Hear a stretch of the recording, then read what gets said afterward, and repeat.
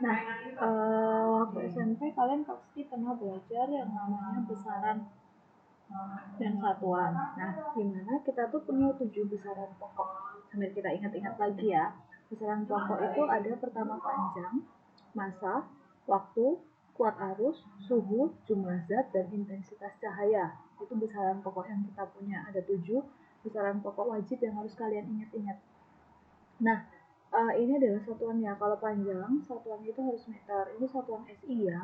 Kemudian kalau massa dalam kilogram, waktu dalam second, watt arus ampere, suhu itu dalam Kelvin bukan Celcius. Kemudian jumlah zat adalah mol dan intensitas adalah kandela.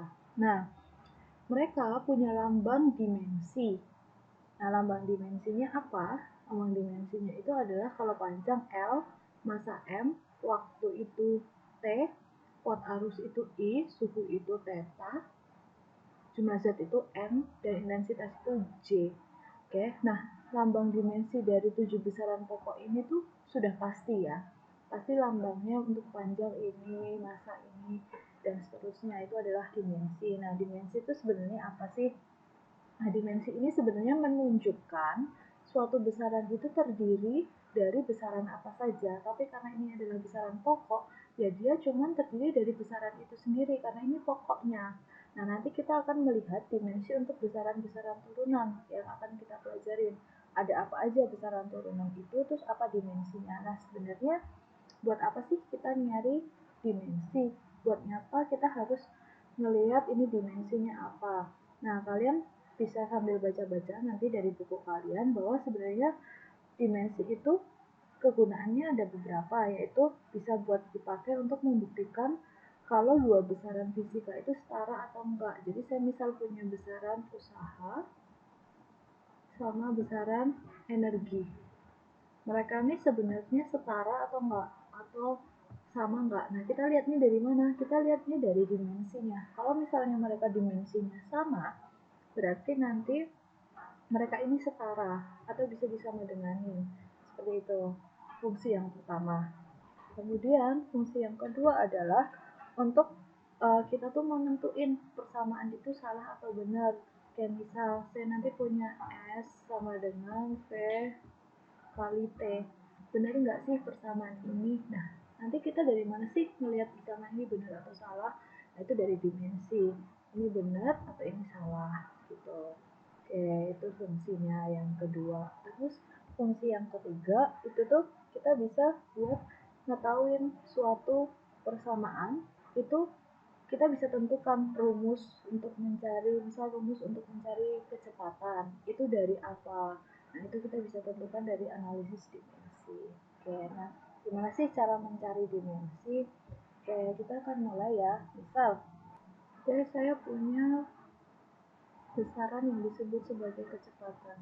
Nah, gimana sih cara menentukan yaitu dimensinya apa? Nah, kalian tahu bahwa kecepatan itu adalah jarak dibagi dengan waktu. Nah, kalau jarak dia adalah pengukuran untuk panjang. Berarti di sini besaran pokoknya adalah panjang. Panjang dimensinya adalah L. L. Kemudian waktu. Waktu itu dimensinya adalah T. Berarti L per T. Atau boleh juga L T-nya saya naikin karena di bawah berarti jadi T min 1. Nah, itu. Misal lagi percepatan. Percepatan itu adalah kecepatan dibagi dengan waktu. Oke. Nah, kecepatan dibagi dengan waktu. Nah, kita tahu bahwa kecepatan tadi kita sudah hasilkan dimensinya L T min 1. Kemudian dibagi dengan waktu, berarti dibagi dengan T lagi ya. Berarti kalau kita jadiin adalah L T min 2. Jadi begitu. Nah, sebenarnya kalau kita sudah tahu dimensinya, kita juga bisa tahu satuannya. L tadi adalah meter per sekon. Kalau yang ini berarti meter per sekon kuadrat gitu. Nah, gimana kalau saya mau tahu dimensinya dari gaya? Gaya itu adalah F ya. F ini bisa kita dapat dari massa dikali dengan percepatan. Massanya itu adalah M, percepatannya sudah kita dapat dari tadi, berarti L T min 2, berarti ada dapat langsung MLT min 2. Kalau kita mau tahu satuannya berarti kilogram meter per sekon kuadrat. Nah, oke, saya mau membuktikan nih manfaat dari analisis dimensi yang pertama tadi adalah untuk membuktikan dua besaran itu setara atau tidak. Kita ambil nih usaha sama dengan energi, benar atau enggak? Berarti kita harus cari dimensi dari keduanya. Nah, kita cari dulu dari dimensi usaha dulu ya. Usaha itu kalian tahu bahwa gaya dikali dengan perpindahan. Oke, F tadi kita sudah sempat cari, dimensinya adalah M, L, T min 2. Oke, dikali dengan perpindahan. Perpindahan itu besaran panjang, berarti dikali dengan L. Berarti dia jadi M, L-nya ada 2, berarti L kuadrat dikali T min 2. Atau kalau mau ditulis satuannya adalah kilogram meter kuadrat per sekon kuadrat. Nah, sekarang kita cari nih dimensinya dari energi. Energi itu kan banyak. Nah, saya akan ngambil dari energi kinetik setengah M V kuadrat. Nah, untuk analisis dimensi, kamu nggak perlu memasukkan angka setengah, 1, 2, dan seterusnya, itu nggak usah dimasukin. Langsung aja besarannya yang dimasukkan. M itu adalah massa, berarti dimensinya adalah M. V itu adalah kecepatan, berarti L T min 1, karena kita kuadratin berarti jadi L-nya dikuadratin, T-nya juga dikuadratin, berarti jadi T min 2. Nah, di sini kan sudah ketahuan kalau satuannya adalah kilogram meter kuadrat per sekon kuadrat. Nah, kita lihat nih usaha sama energi, dimensinya sama nggak? M, L2, T min 2 sama. Berarti yang ini benar, usaha itu setara dengan energi. Kemudian kita akan cek yang nomor 2 bahwa dimensi itu dapat digunakan untuk menentukan persamaan itu salah atau benar. Nah, coba kita cek persamaan ini yang saya kasih tadi, S sama dengan V kali T, benar nggak persamaannya? Nah, kita cek ya. Saya garis ke sini. Oke, S sama dengan V kali T. Kita gunakan analisis dimensi. S itu adalah jarak. Jarak itu adalah besaran panjang. Berarti dimensi ini adalah L. L sama dengan V. V itu kecepatan. Tadi dimensinya apa? L T min 1. Berarti L T min 1 dikali dengan T. T itu adalah waktu. Berarti dikali dengan T. Berarti L T min 1 dikali T. Berarti ini habis ya. Bisa dicoret. 1 sama ini 1 sama min 1 habis. Berarti L sama dengan L. Benar nggak L sama dengan L? Benar. Berarti rumus ini S sama dengan V kali T itu benar. Nah, analisis dimensi juga bisa kita gunakan untuk menentukan satuan dan dimensi dari suatu konstanta. Itu satuannya apa, dimensinya apa. Nah, misal ya, saya punya persamaan seperti ini. Sebuah partikel bergerak dengan persamaan S sama dengan AT ditambah BT kuadrat ditambah CT pangkat 3, di mana S-nya itu dalam meter dan T dalam sekon.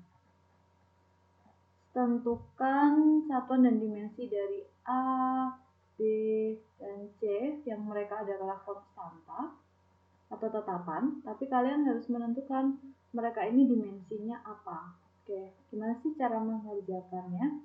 Nah, kita tahu bahwa segala sesuatu yang dijumlahkan adalah sesuatu yang memiliki dimensi atau satuan yang sama. Kalau misal 5 meter ditambah 5 meter, bisa hasilnya 10 meter. Tapi kalau kita ngomong 5 meter ditambah 10 kg, itu tidak akan bisa menghasilkan 15 meter atau 15 kg. Jadi satuannya harus sama. Dengan begitu, kita tahu bahwa dimensinya si S itu sama dengan AT, sama dengan BT kuadrat, sama dengan CT pangkat 3, seperti itu. Nah, berarti kita bisa cari satu-satu di mana S itu sama dengan AT, Berarti di S tadi dalam meter, kita tahu dimensinya adalah L.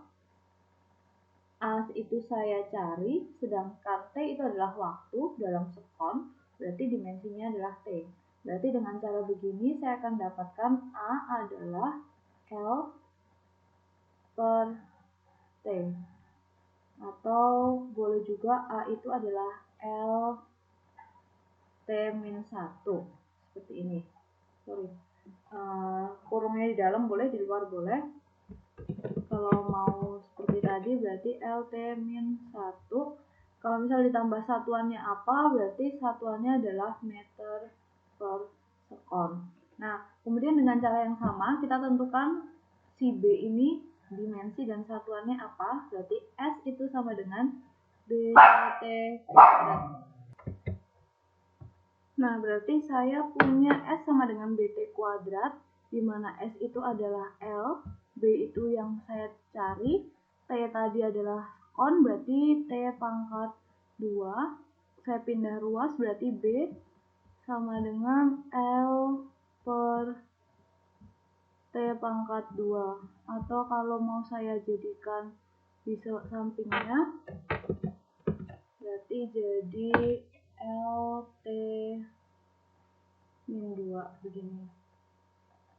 Kalau dalam satuan berarti meter per sekon kuadrat.